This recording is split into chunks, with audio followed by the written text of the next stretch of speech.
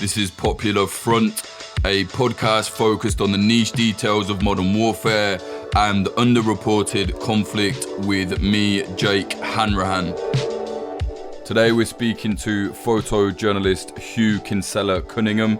He's going to be talking to us about his time spent on the ground reporting from 4 different wars that are currently ongoing in Congo. Recently, everything has got a lot worse, particularly the war near the border. It's very interesting. It's very underreported. Hugh's going to explain to us what is going on. If you like what we're doing here at Popular Front, please support us at patreon.com/popularfront or popularfront.co/support.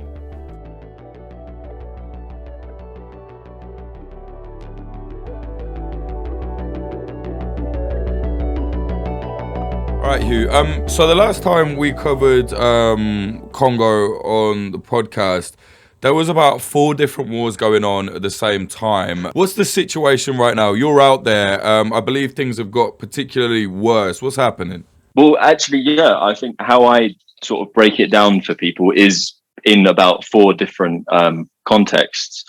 And things are sort of dramatically going off the rails at the moment. And so, this is sadly like a context in which, in the West, it's like, oh, Congo, always conflict, always, it's one of these sort of very sort of cliched, stereotypical places. And and that sort of means it kind of blends into background noise, but at the moment things are, if people are watching it's dramatically escalating. And I would say, the 4 sort of things that are happening.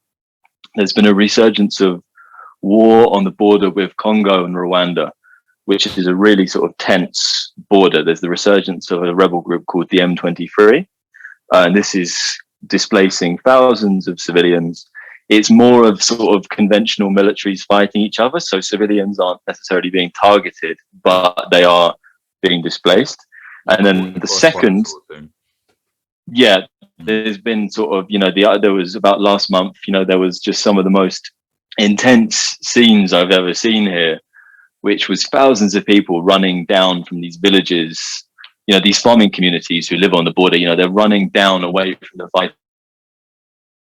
They've got families with grandma, 4 kids, and then their flock of sheep, and they're all huddling together. And then if the rain starts falling, and there's artillery going off in the background, in the hill. This is sort of more civilians caught in the crossfire, yeah. And then the second, which is probably the largest conflict, is something called the Ituri conflict, which is further in the north of the country, close to Uganda. This is, in broad strokes, ethnic violence, mostly between 2 different groups. And the army is sort of against these rebels called Codeco, which is like a loose association of self-defense, but kind of very aggressive militias who have been targeting an ethnic group called the Hema and other minorities for about 3 or 4 years, very viciously. This is sort of scenes of huge displacement camps on the hills. And recently this has got a lot worse because actually the communities who are living in these displacement camps, the rebels are now actually attacking displacement and refugee camps. So these sort of places of shelter and safety, these, flimsy white shelters made of plastic stuck on the side of the hill. The rebels have actually done several attacks now where they sneak in and they've killed a lot of people this way. So there's really no respite for these people. Mm-hmm. And then the third conflict is, I think, something which sort of has possibly most media attention put on it, which is with a group called the ADF, who have pledged allegiance to the Islamic State. So that obviously brings up kind of quite a lot of debate, and people are more interested in this because it's more dramatic. And this is also getting, absolutely vicious and out of control, especially in the last year. And then there's a 4th sort of conflict. It doesn't do it quite justice, but there's all the lower level conflicts that are going on across the country. It's impossible to sort of cover each one of them, but there's different militias called Mai across the country. There's something 120 groups who have taken up arms across the country. So it's obviously there are people that study this, the local researchers who track the conflict, and it's not really doing it justice to lump this all into one. But really, for the sake of people who aren't familiar with it, it's just too much to expect people to like be interested in or to take in. You know, across one province, you know, there's, you know, small armed groups controlling, you know, gold mines, you know, this stuff that you think of when you hear Congo and Congo's east. There's like self-defense groups, there's rebels from Burundi. You know, there was a small war going on between pygmy communities and other communities in a different province. There's so many conflicts to keep track of that you really just have to kind of pass all of these like lower level ones as a separate thing. Which conflict right now do you think is the biggest threat to the kind of the country as a whole, would you say? Okay, so I've just spent a very fun 2 months basically visiting the front lines of every one of these things. And honestly, it's the Beni conflict with the ADF, these jihadist guys. In my mind, it's awful for civilians, but it's been going on for like so long that it's just sort of immune. People are immune to it. The country is so large that like the political elites elsewhere can just pretend this stuff isn't happening. You know, other people are possibly encouraging it. So that isn't really like a destabilizing threat. There are countries keeping an eye on it. Like the Kenyan army has just deployed a contingent with the UN to Beni to, you know, be a more strong reaction force to them. But I don't think that's had any impact. And, you know, Kenya, I met these Kenyan soldiers and they're like, you know, full of bravado and like anecdotes about them fighting Al-Shabaab in Somalia. And they're not really taking it seriously, Beni. But for now, the most important thing is this new conflict with the M23, because it seems very likely that Rwanda is supporting the M23 because, you know, we've seen this is what happened the last time this conflict happened 10 years ago. It was very obvious, you know, that they were supporting them. This time it's incredibly blatant. The rebels are wearing, you know, Rwandan standard issue military uniforms. Whoever is equipping them doesn't care that it's obvious. You know, they're wearing these these modern military helmets with all the plastic stuff on the side. The rebels are wearing these, and it's like no way are you getting these from anywhere other than a state. You know, these rebels have not been like, you know, just hiding out in a village for 10 years. Someone is equipping them. They're holding their own in conflict. You know, I was at some Congolese army positions a couple of months ago, and they're complaining like these guys have small drones, these guys have night vision, and the Congolese army doesn't really have anything like that. So militarily, they're taking ground and they're doing, you know, very well. But broader than that, the Congolese civilians see it as a sort of a Rwandan invasion, which is bringing up lots of emotions, lots of like quite xenophobic and dangerous like hate speech, because people see Rwanda as like a Tutsi nation, right? And they're complaining that this is a Tutsi, and you know, this is the same kind of rhetoric which led to the genocide in 1994. But it's also this same rhetoric that Rwanda has been like, you know, taking advantage of and saying that like, oh, the guys, the rebel group, the Interahamwe and the FDLR, these rebel groups that committed the genocide, they're hiding out in Congo. You know, the M23 are perfectly within their rights to like, you know, take over territory, to stop them regrouping, attack us. There's all sorts of very dangerous rhetoric, and it's you know, the people have been protesting in the streets, you know, like holding effigies of the Rwandan president, looting like shops they believe owned by Rwanda.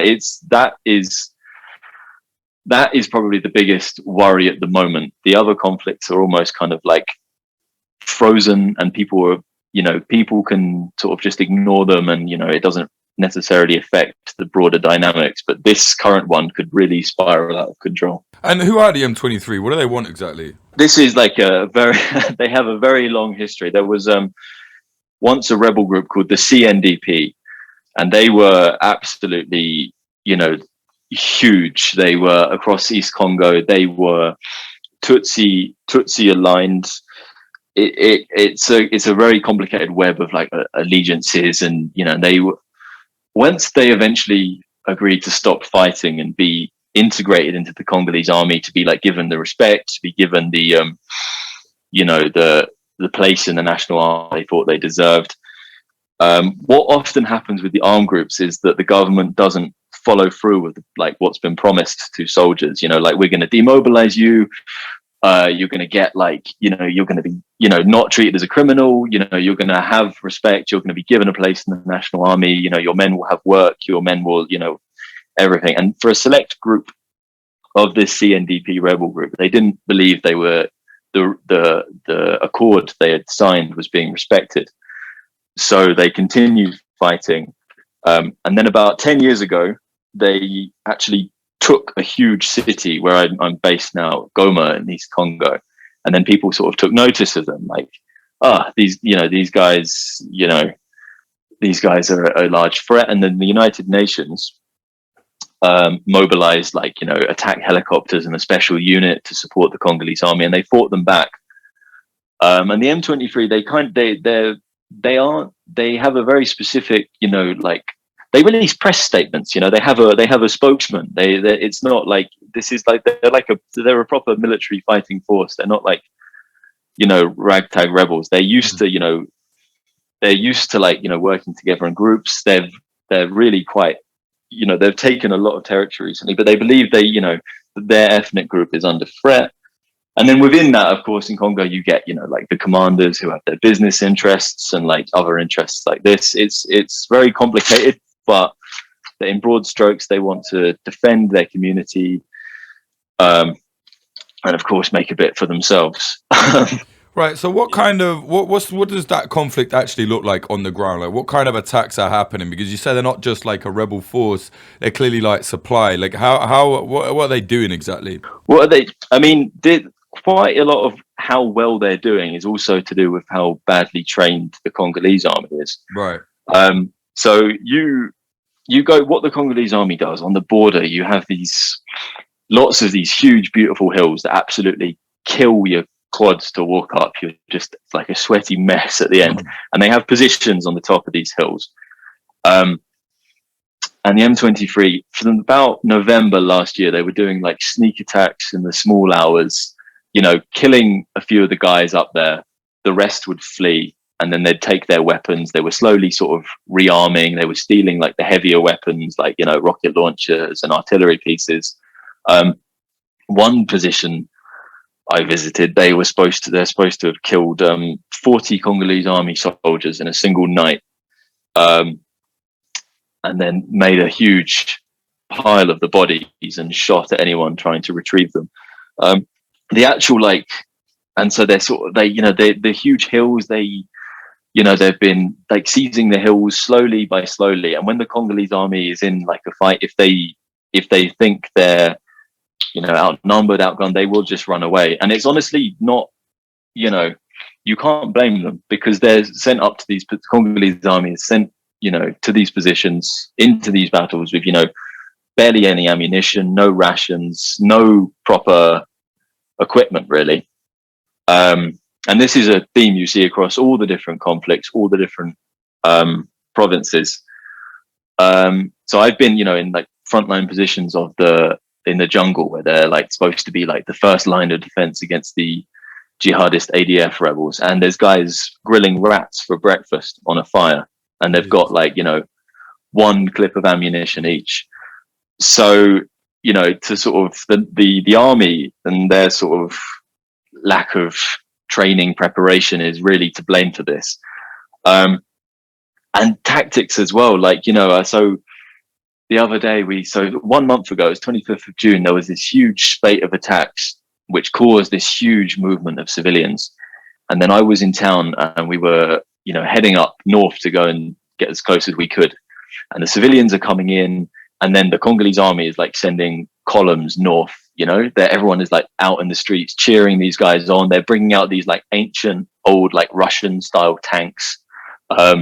My friend told me what one of these is, and I looked it up. It was like a design of tank built in like the late 50s or something like this.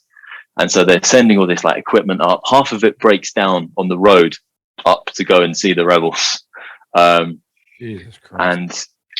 And then you know, everyone's like so hopeful, and then you see, like, you know, 2 days later, you see on social media the rebels have released a picture of them all standing on top of one of these tanks.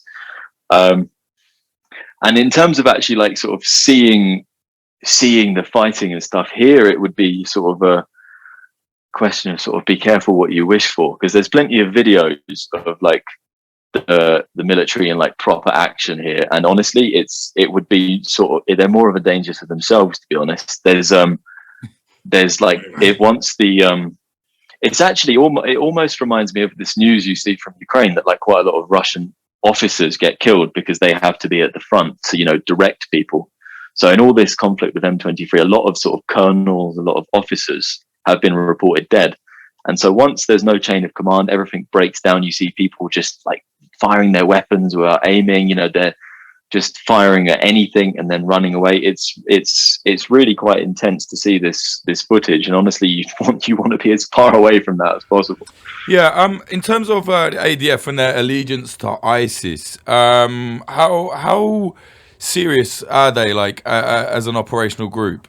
The last year or so they've done a huge offensive, and they're really stepping up like all this, you know, social media like dissemination of like what they're up to. You know, they've been, you know, whether or not they're being told to, they are definitely they are releasing images, you know, waving these black flags, these Islamic State flags. You know, they do propaganda sets after battles. There's absolutely horrendous pictures of like, you know, kids decapitating Congolese army prisoners. Fucking hell. Yeah, it's horrific. So in the last year, they've really pushed north, and with quite a lot of these conflicts, the military solution just will not work, because, you know, if you fly over this jungle, and, you know, if you walk in this jungle that they're operating in, you can't see 2 foot in front of your face. They've been there for, you know, years and years. They have camps. They have sort of all these secret trails and weapons caches. You know, it's almost you walk and you go to these positions. It's like you feel like you're in sort of a budget, you know, version of Apocalypse Now. It would be absolutely impossible to truly like root these guys out. And what's happened in the last year is the Ugandan army has also entered Congo, because the ADF were originally like a Ugandan rebel group. But now there's evidence they're recruiting in Congolese communities. They're recruiting from across the region.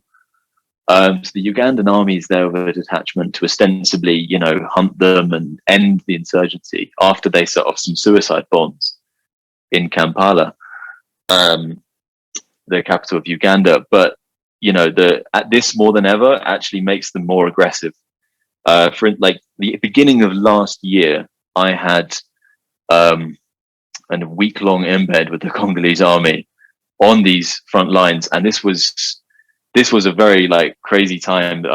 They had actually like seized the town for the first time. There was lots of like heavy fighting going on, and, you know, there's no real military way to end a conflict like this, because if you sort of, you know, attack them in one location, another group pops up in another. They're very persistent. And this is actually the same with the other conflicts, the Ituri conflict, for instance. So there's this rebel group called Codeco, who are committing atrocities against civilians. The military launched a big campaign against them. Yes, we're going to end this once and for all. Lots of press shots of all the soldiers heading off. They killed the leader of this group. But then what happened is it split off into about five or four different factions, which makes the conflict harder to contain. One of those factions started getting more vicious than ever, and as I said, started attacking displacement camps.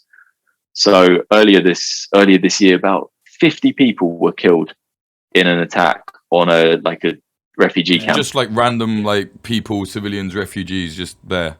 Just farming communities. Fucking hell. Who have, the stories from the Ituri conflict are horrendous. So around about 2017, there was a wave of violence, and then, the rebels come in and they attack while like in the middle of the day. So that means that kids might be off at school, the parents are in the fields, everyone's like split up and confused. They come in, they shoot a few people, they burn the houses, and everyone flees. And then these communities have fled to an area of safety, and then displacement camps have been built up around them. The aid agencies bring like deliveries of like flour, beans, just basics, just maintaining like the bare minimum quality of life. And now those camps are being targeted. So, and there's no sort of end in sight to this. These rebel groups have signed 2 disarmament pacts so far, but the attacks continue. Militarily as well, there's like UN bases near these displacement sites, but this is no deterrent. There was a detachment of Bangladeshi soldiers next to this camp that was attacked, where 50 people were killed, and it took them apparently 2 hours to respond to this. In which time, the rebels have been and gone. And then there was a recent attack. 14 people were killed in a displacement site, and there's a detachment of Nepalese peacekeepers close by. It took them about 15 minutes to get there, which is, I guess, fairly quick, but it wasn't quick enough, and there was still 14 people dead. So also what you'll find is quite a lot of these UN detachments, they're not equipped and they're not motivated to do the job that you want them to be there for. Like you have, for instance, on the front lines of the M23 conflict, you have the Indian army, who are sort of like notoriously sort of disliked by the Congolese people for being, inactive and not patrolling, not wanting to like make any shows of force, not wanting to actually engage in the fight. And on one hand, they're perhaps they're correct. It's not in the mandate of all the UN troops to, go out and like look for trouble and like, engage. But on the other hand, like the less active they are, the more brazen the rebels get, the more the attacks continue. So like, as you might get the impression, there's so many things going on, and it's an absolute sort of chaotic situation all over the East. Yeah, it sounds absolutely crazy. What was it like for you going and covering all these conflicts? Honestly, like the first time some things are a lot more intense than others. And for me, honestly, the seeing just how bleak the prospects are for the civilians is possibly the worst to me. Like on military embeds and stuff, it is what it is. In fact, here the problem you find is, it's hard to get close enough to where you think you want to be.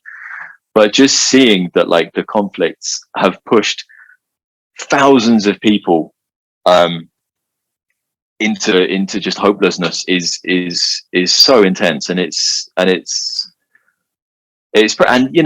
some of the actual scenes you can't believe they're happening. So just last month we were at this displacement camp, and we turned up a few days after it had been attacked, and we go and speak to a lady called Charlotte, who's the head of she's one of the displaced people, and she's the head of security at the camp. She's the lady with the phone numbers of the UN, the locals. She keeps tabs on what's happening in the area, and she goes and shows us the aftermath of the attack. And it's awful. There's a plastic tent, and someone has clearly sort of made a hole in it with a machete, and then there's blood stains all over this bed. And for me, the worst thing was that there's a river close by, so you wouldn't at night, if 9 p.m. 10 p.m. if you're dozing off to sleep, you wouldn't hear footsteps approaching your tent. You wouldn't hear these guys coming in to make this attack happen. It's just that there's just so little respite for the civilians at the end of this. And this with the M23, I've been interviewing people, and they're like, this is the third time we've had to run away from this same conflict. I met one displaced mum called Naomi about a month ago, and she's about my age. She was 28, and she was like, yeah, I remember when I was a teenager and I had to run away from this fighting with my parents. So yeah, I think that is possibly the worst. And also the fact that it's so hard to cover. You're talking about such a big area. You always feel like you're 2 steps behind the story, and there's always something pops up elsewhere. It's like, oh, fuck, we needed to be there. We needed to cover that. And it's just, it's very hard to keep track of what is going on. Right. And as for civilians, I mean, obviously they're absolutely sick of this, but it sounds like there's just nothing they can do to escape this. Like, is there anything? No, there's honestly, there is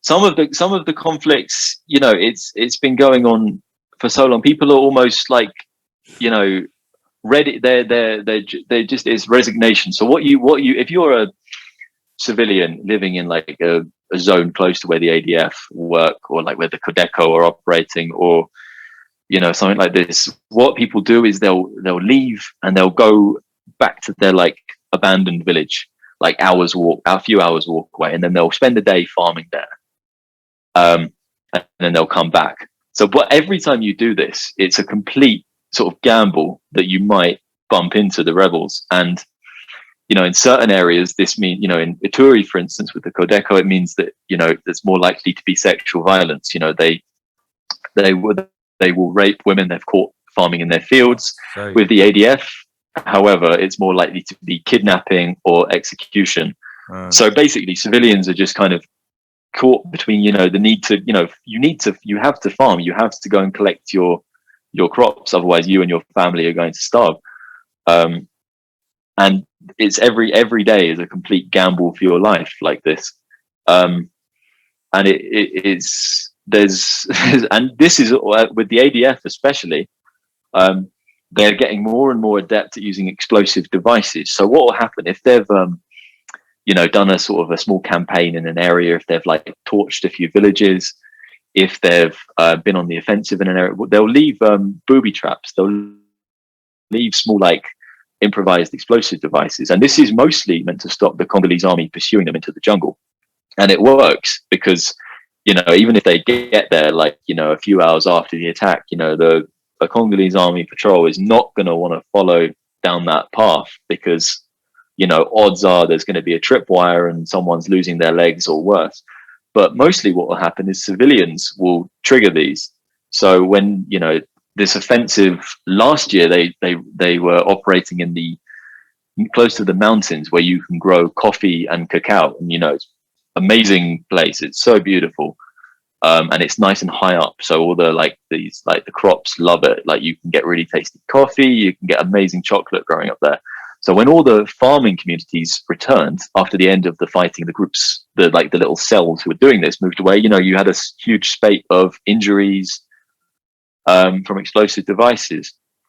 And the other, actually, there's been, you know, there was a suicide bombing on Christmas Day in Beni. Around about 6 people were killed. There was another bomb in a market. There was a corpse on the road north of the town of Beni, which was found like with a tripwire on it. So there was a corpse with an explosive hooked up to it. Yeah. So there's you know, there's the United Nations, you know, explosive team working in the area. Obviously they've got, you know, different areas they have to work in. So there's people working on this, but you can't be everywhere at once. And there's so many of these, you know, civilians across the country, they're caught in like an insurgency, they're caught in ethnic cleansing. And now down here, they're caught in like the crossfire between like open war, because the M23 and the Congolese army, they're firing mortars, they're firing artillery at each other. Jeez. So there haven't been too many civilian deaths, but the ones that have been from, you know, being in the wrong place at the wrong time, and you know, an errant round or a mortar landing close to them. Why do you think it is then that this is really escalating at this moment? Is there anything specific, or it's just the way the war is going? Honestly, I think politics can always have a big role to play in it. You know, the Ituri conflict with these Codeco rebels, that actually started up again very close to an electoral season. And there was rumors that, you know, some of these rebels were actually speaking a different language, the language of the national army, and they were operating with like expensive like radio and phone equipment. And there's, you know, this stuff can't be properly verified, but you know, if it's true, that means that, you know, there was funding. The ADF there at the moment, they've reacted to this new offensive by the Ugandan army by spreading out and, you know, increasing their killings against civilians. The resurgence of M23 may be linked to the presence of the Ugandan army in Congo, because Rwanda and Uganda have like historically been rivals in the area. They actually, there's numerous towns in Congo which was the scenes of battles between Rwanda and Uganda. You know, there was a war for 6 days in one town, like I can't remember the date of this, but maybe 20 years ago, where, you know, about several thousand people died in the course of 6 days, caught in the crossfire of the Ugandan and Rwandan armies fighting. So there's also there's dozens of books with, like, you know, there's a fantastic book by a guy called Jason Stearns, which has just come out, which explains some of this a bit better. And you have to like really, like, you know, work through dozens of these acronyms for different rebel groups, different political parties, to be able to understand it. And for me, it's all about these people caught in the middle of this who have absolutely no recourse, complete sort of blindness by the international community.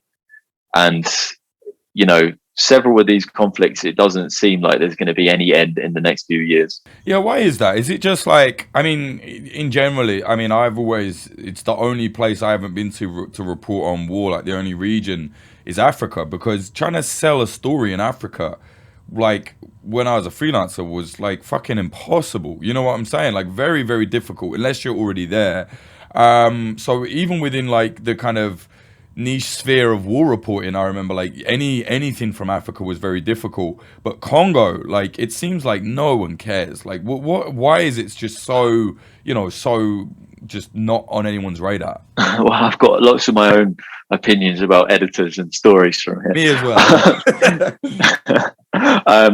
But actually, I mean, when the M23 was last on the offensive about 10 years ago, you know, it seems, you know, I was still in school, but like, it seems like there was dozens of camera crews. It was like, you know, this is like a big event, you know, like CNN, Al Jazeera, BBC, everyone's here.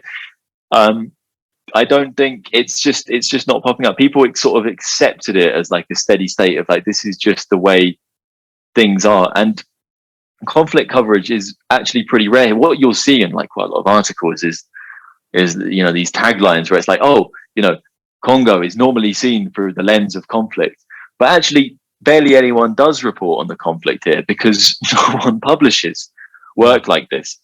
You know, and you know, someone will do a story about the ADF maybe once a year. The Ituri conflict, you know, people, I mean, as a photographer, you know, I'm probably guilty of this myself, but like the dramatic moments that, you know, are at the beginning of a conflict, you know, the scenes of like the conflict erupting, people running, people just being displaced. That often happens at the beginning of the conflict. And then afterwards it settles into, you know, refugee camps, people telling their stories. And that is much harder for people to engage with.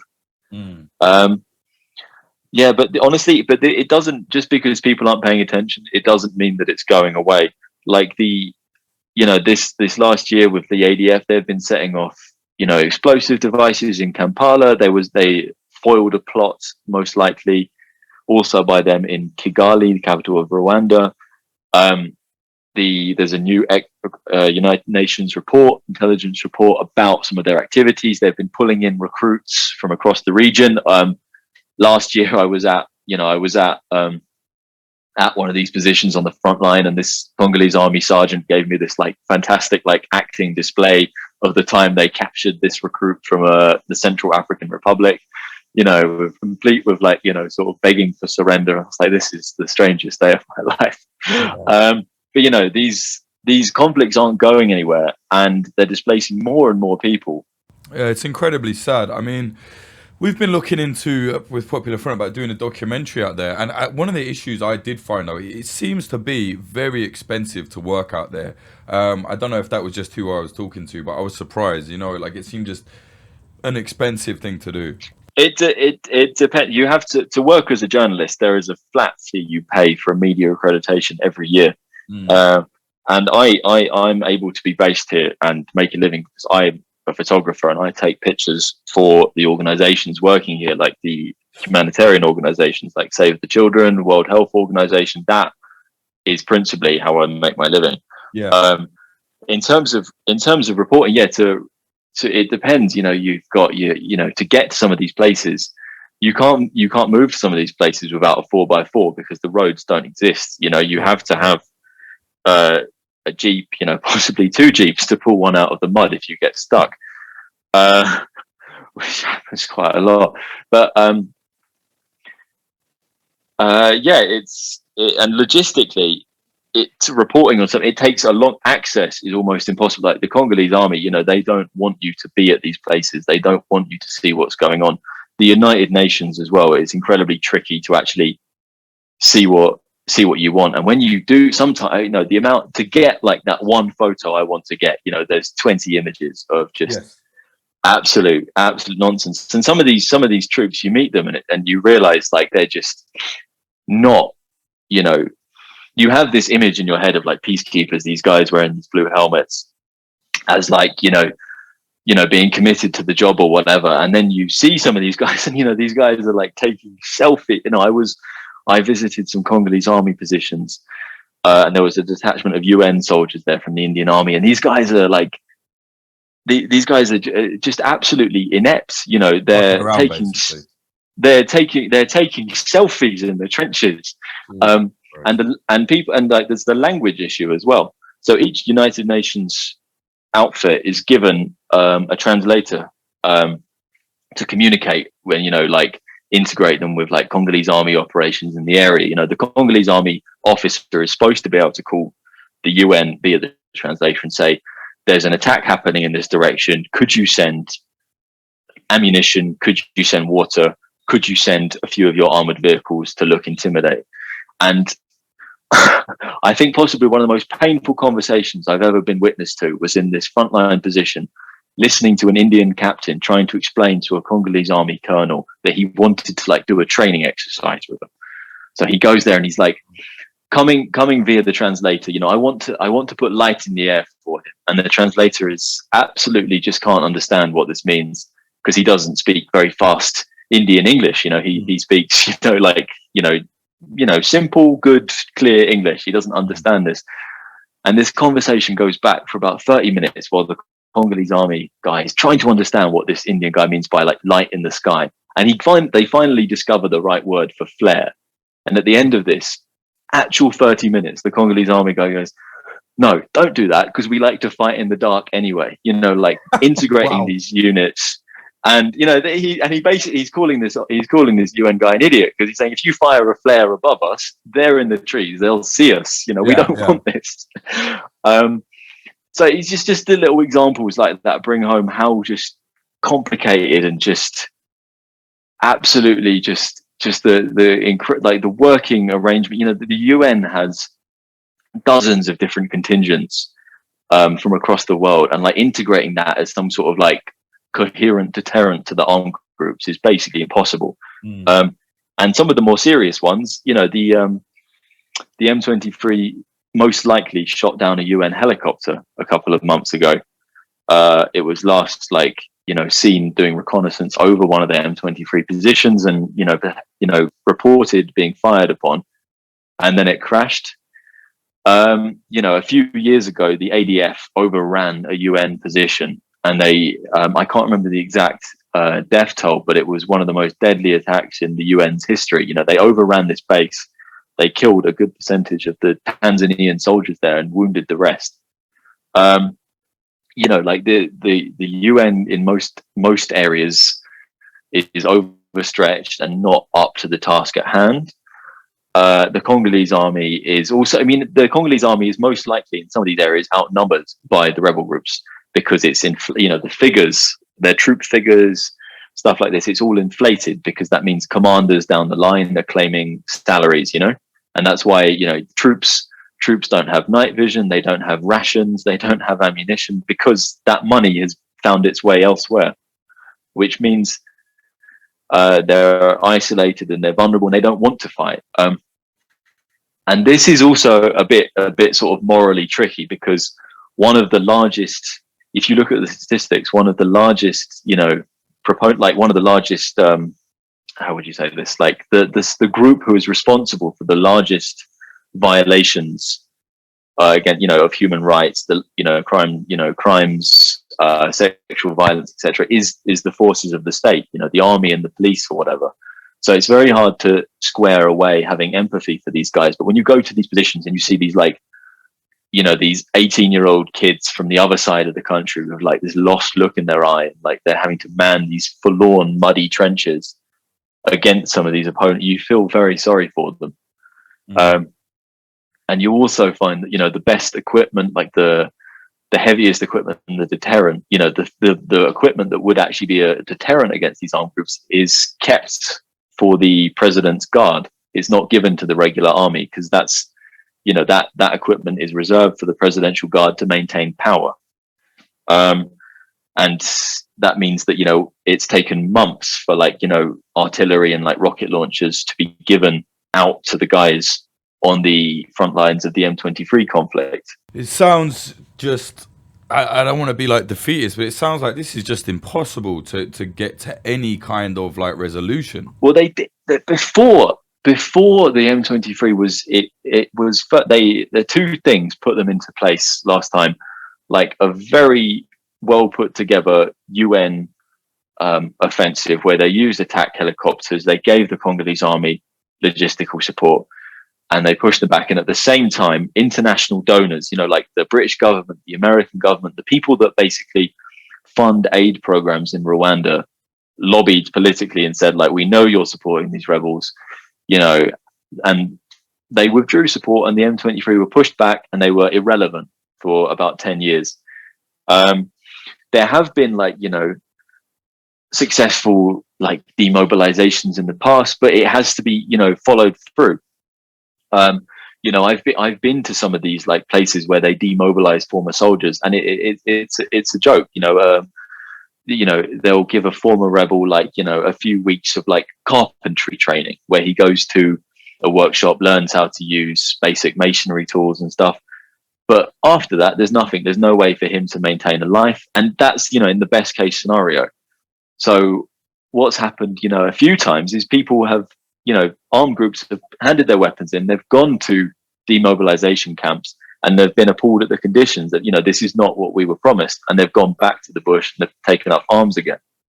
And in terms of the ADF, they don't seem like they're going anywhere, because in past years when there were sort of offensive actions against them, there were reports that they were basically on their knees. At one point, the ADF was reduced to a handful of guys starving to death in the jungle, completely pushed out of their trade networks, out of how they facilitate themselves, But now the offensive against them only seems to sort of, make them think smarter, make them more aggressive. And yeah, there was, I'm sure the United, and people also take advantage of this. People want, military assistance. People want the aid money coming in. Yeah.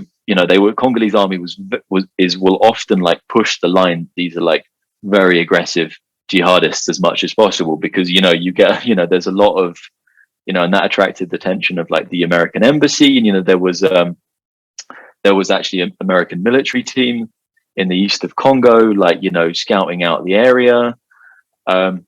Years ago as well, there was a smaller rebel group called the Lord's Resistance Army. The United States had special forces on the ground with the Ugandan army, looking for these guys. Coney, right?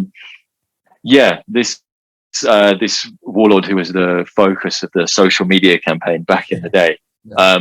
They never caught him. Funny that. They never got him. Yeah, I don't think the YouTube video didn't. Hashtags didn't work. I can't believe it. But this is the thing. If you if you get a chance to visit the terrain, once you see the scale of this place, and you fly over it and you walk in there and you it's absolutely impossible to. I was at a place in Ituri called Kilo last year, and it was one of the most beautiful places I've seen. The sky was going purple at night, and they'd just moved a unit of Uruguayan peacekeepers into the area because it's a gold mining area and there's very heavy fighting there. So they moved these peacekeepers in, and the whole time they're there, they didn't see a single rebel. They found one of my one of the contacts I know, that they came across, guys, dead guys in the road. There was an attack at a displacement site, but they just never saw a soul. Because these guys, they know the terrain, they move in the terrain, and also they're embedded in the civilian communities. It's not like, most of these sort of lower level groups will, they're not like, like professional armed forces. They're not dressed in camouflage fatigues or whatever. They're staying in their communities, and they're coming out when they have a task. And that's quite hard for some of the UN to understand. And also another thing I've seen is just the absolute level of destruction of some of these places. So when you have even a bit of calm returning to an area, some of these civilians will have no homes left to return to. I've seen a town which, honestly, I've got photos that it could be somewhere in Ukraine. The rebels have moved into a town, and the Congolese army has like wiped this town off the face of the earth with like helicopter gunships and artillery. And the rebels had probably long gone before these strikes even happened.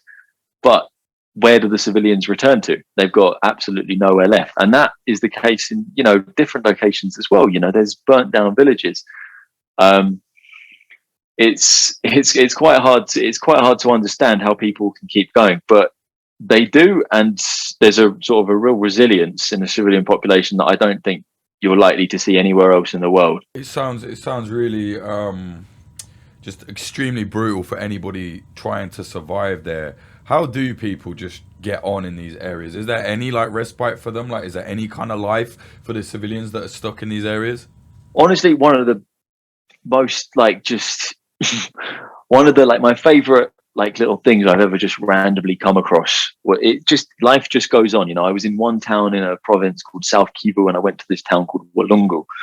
And years ago, like over a decade and a half ago, Rwandan rebels were like rampaging around, and they killed 500 people in one spot. And then they took the survivors off to the forest, and it's like just beyond comprehension how people can do this to each other. They tortured the survivors in the forest.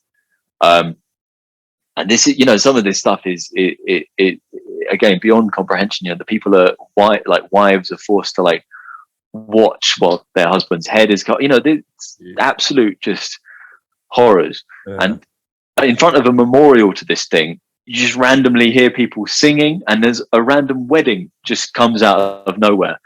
So the bride is wearing this full like white veil, and everyone's laughing. It's like, people, it's just something people have come to accept and just try to move on from. There's also there's peace activists.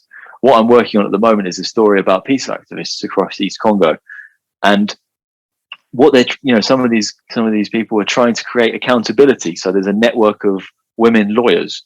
So every time there's a sexual assault case committed by an armed group or a soldier, they're logging this case. They're making sure this victim's name is recorded. They're making sure the perpetrator is noted, because without like accountability, there'll never be any justice. And if there's no justice, then it will never heal, and people will never be able to move on. So there are people working, and, it has to start on a very small local level, people going into communities and telling people to sort of reject, the armed groups, logging any crimes against humanity, and trying to make a better life for their communities. In Ituri recently, I was just there. Each displacement camp has an association of women who like lobby for rights for the displaced people. And I went with some of these women up to like the Congolese army position, where they're lobbying the officer there, like, we need you to build more sentry posts on the other side of the camp because we know they're going to come back soon. People are trying to make a difference on a very small level, and then that snowballs and hopefully creates, like a broader impetus for peace. But it is very slow going. Yeah, it sounds it. In terms of the abilities of the Congolese military, I know you said like a lot of it it's not up to par. Is there like how useful are they? Well, there's several units that are sort of have been recipient of training in jungle warfare. So what will happen is a Brazilian team based in Beni, training the Congolese army in jungle warfare. There's been Belgian military instructors, French military instructors. They tried to get them up and running with sniffer dogs. So there are units that show potential, and they, like if it comes to a fair fight, they will. If they meet an ADF unit on their terms, there's no question about it. They'll come out on top. But it's these guys do not play by like the same rules that you want them to play by. So often they'll you don't attack these strong points. You pick off the weak bits bit by bit. And then also what you've seen is just, they've been training units in jungle warfare because they've seen the ADF as the biggest threat, that it's in no one's interest that you have a full scale jihadist insurgency in the middle of such a strategic region. But then we've just had conventional war break out with artillery, mortars, infantry tactics, across hills and stuff. And, it's just too much going on for the military to react to and respond to.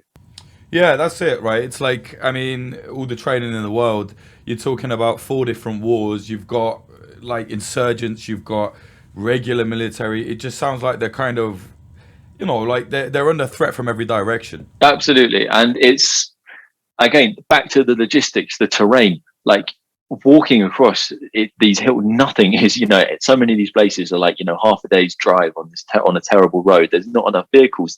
There's not enough fuel. Most often the front line, if there is a thing, will just be guys left in the middle of nowhere, basically to fend for themselves. And, they don't have anything sort of like normal rations or whatever that a UN military force might have. So they're spending there'll be a few guys, a handful of guys dressed in old rags and maybe some uniforms, left to basically fend for themselves in a position. And they have to go out and collect food themselves, or force local women to collect food for them. So that's pretty much what front lines can look like. There's no sense of it being sort of a really professional military, and they're just most likely in Ituri they're outnumbered by the Codeco rebels. Yeah. And it doesn't seem like anyone has found any sort of military solution to any of this thing, because if they have some Belarusian mercenaries that are flying attack helicopters for them and training the Congolese pilots. Really? But yeah, if you go to a few of the airports, you see some of these guys with their big pot bellies sitting around next to these old Soviet gunships. Wow. But every time they've been used in combat, it's failed, because the rebels have committed reprisal attacks, basically saying you've hurt us with this, but we're going to hurt you more if you keep doing it. Right. And it's also, a few years ago, actually, they lost 2 helicopter gunships. Not because of, enemy action or anything, just because of how difficult the terrain is, because you're up in these big mountains. They had 2 of these old Soviet gunships dive in to fire some rockets at an M23 camp. And, a South African pilot told me this. And the Congolese Air Force helicopters just weren't ready for the airflows up in these huge mountains. You're flying through these big volcanic ranges, and they just got hit by surprise by an airflow, and they just drove their helicopters straight into the side of a mountain.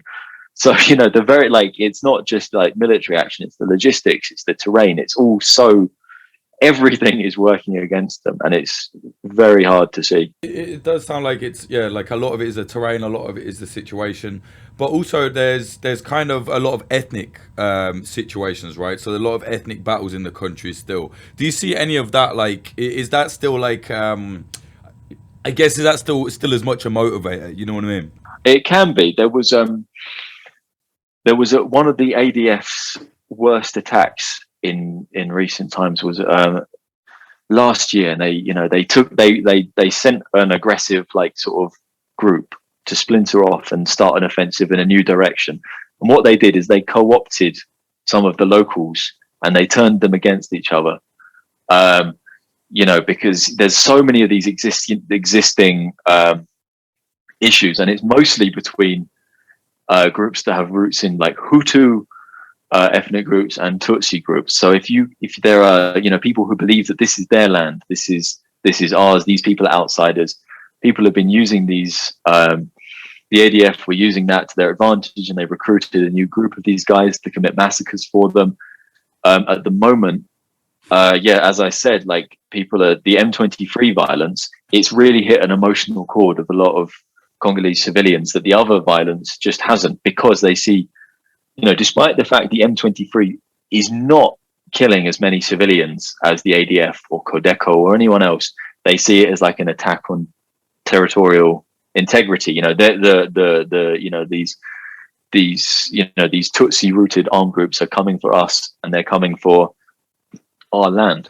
In terms of the one last thing I wanted to know about this pygmy conflict, I read about that a while ago, and it's pretty serious, right? There was. Well, actually, there's two conflicts going on with pygmy groups at the moment. Right. Yeah, the pygmies have also. This is so. Basically, all of East Congo used to be just nothing but forest, nothing but jungle and mountains and forest, and then slowly, as different. Over history, over hundreds of years, different groups moved in from different areas, and, started farming, started trading, whatever. So, there's farmland everywhere. But the pygmy groups, they used to be the, indigenous owners of all the land. And in certain areas, they were really targeted by, up in the north, in Ituri, in the jungles. There was one rebel group who, when they moved into those jungles, which are full of gold mines, they killed tens of thousands of pygmies to clear them out of the area. It's motivated by like ethnic hatred. Pygmies are not seen as, there's a different word for human as there is for pygmy. They're not seen as people. And that has led to some huge atrocities. And, a few years ago, there was widespread conflict. That's a conflict in Tanganyika province that I'm not actually too familiar with. I've only ever visited there once. But yeah, huge displacement camps, people were trying to claim land back from pygmies. And then the pygmies were fighting back and displacing people. And then recently, actually, in the province of South Kivu, so in Congo, there's lots of national parks protected by park rangers. There's pygmy groups. Obviously, that's their land. They see it as their land, but it's been demarcated as a national park, and access is now forbidden. We're conserving this. You have to leave your ancestral villages. You can't come and burn charcoal here anymore. You can't come and farm, forage for food. This is off limits to you. So a group of rangers, these eco guards, which are much beloved by media outlets as a very sort of soft story to sell, the heroic protectors of the wildlife, actually burnt down several pygmy villages, raped pygmy women,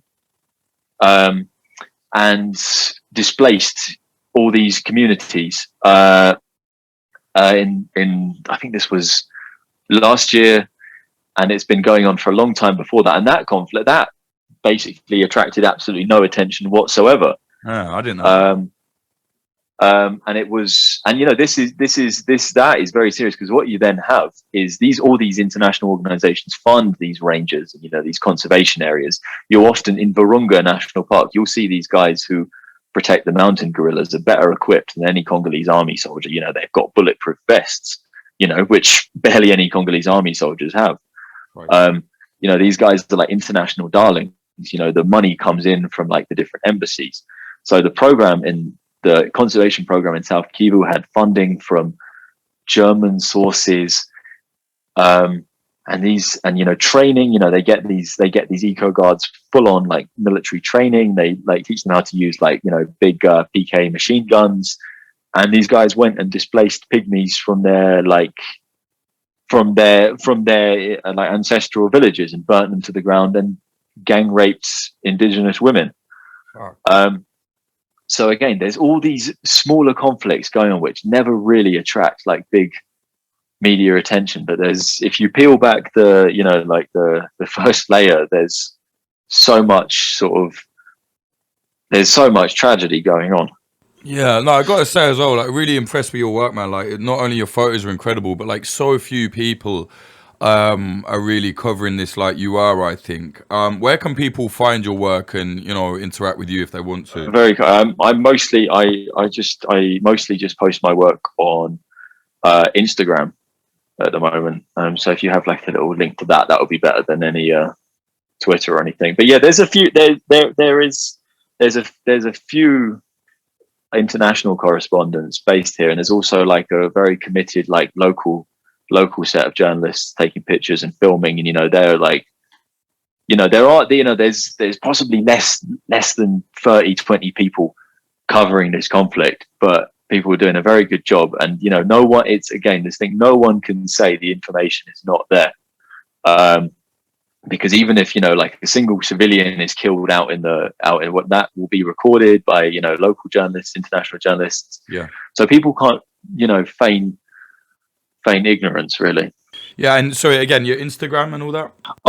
At Hugh Kinsella Cunningham, but that's a big Irish mouthful, so if you had a link, that would be better. All right, mate, no problem. Thank you so much. That was really interesting. Real shame about the Congo, man. I hope to get out there sometime.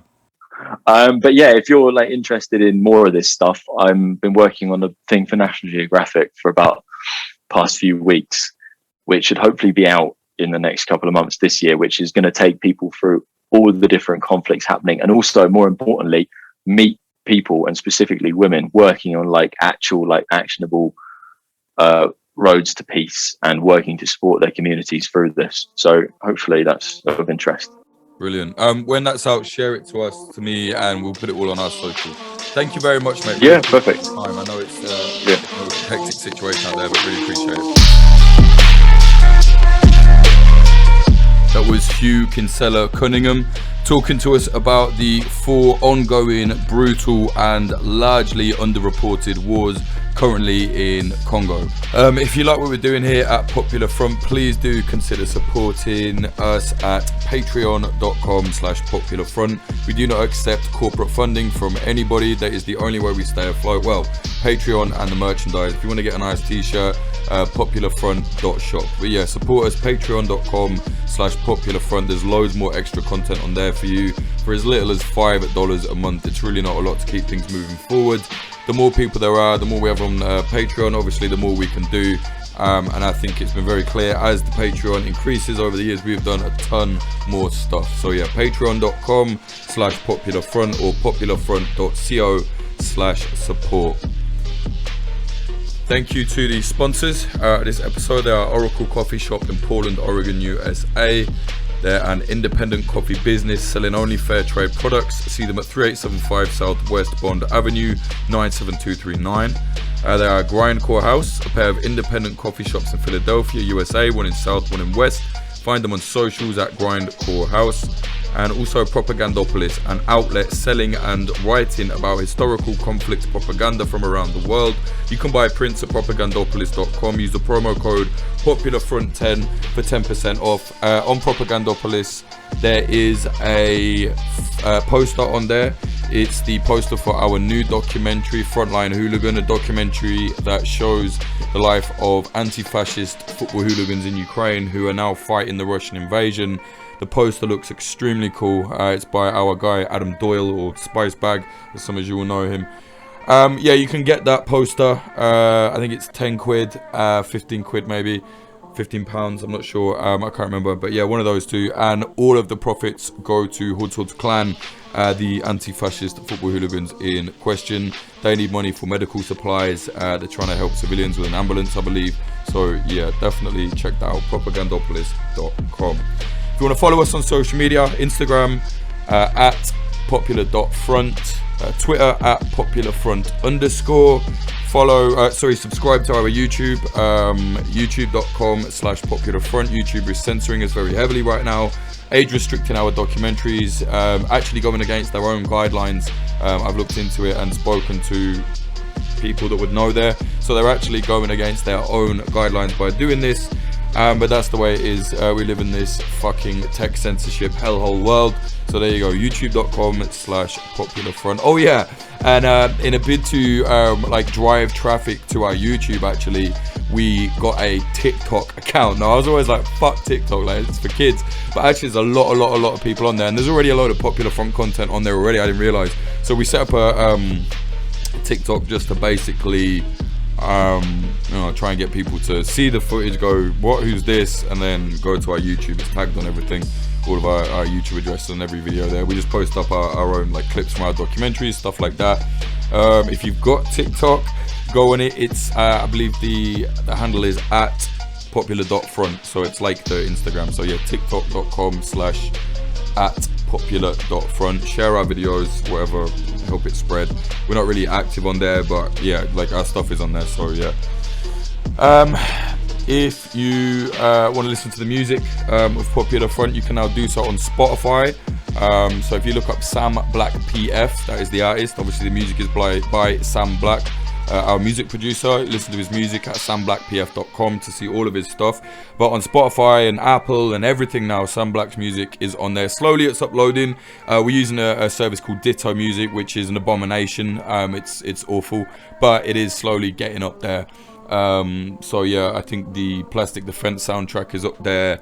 The Frontline Hooligans soundtrack will be up there by the end of this month. Yeah, so there's a lot more coming. Do share it, put it in your playlist, all of that shit. Sam has been making music for us for 4 years straight now, just constantly churning out bangers. He really deserves the recognition. If you like, oh yeah, and the intro the intro beat as always is by an artist called Home. Look him up, synthwave artist. If you want to support us again, patreon.com/popularfront. Thank you very much to the higher tier Patreons.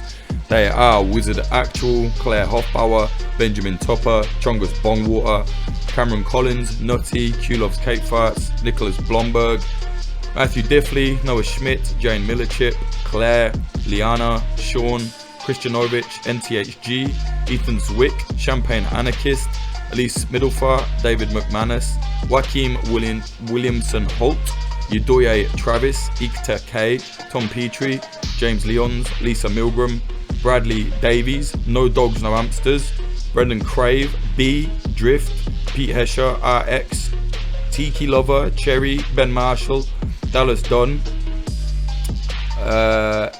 Shikhar Gupta, LD50 Seattle, K Glitter Vulcan, Meredith Waters, Bethany Swarvland, Adam H, Ryan Barbadillo, Derivative Fool, Bolala Water, Larson 8669, Karante, Bjorn Kirsten, Diamond Steen, Michael O'Connor, Jack Doherty,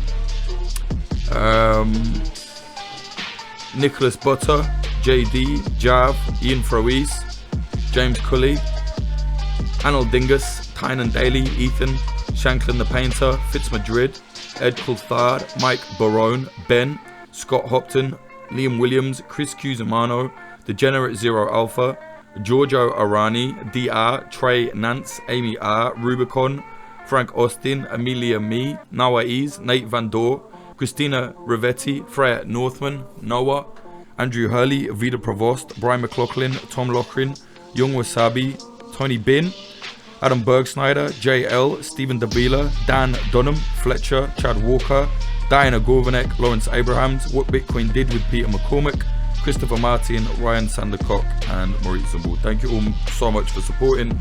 Please continue to support Popular Front, patreon.com/popularfront.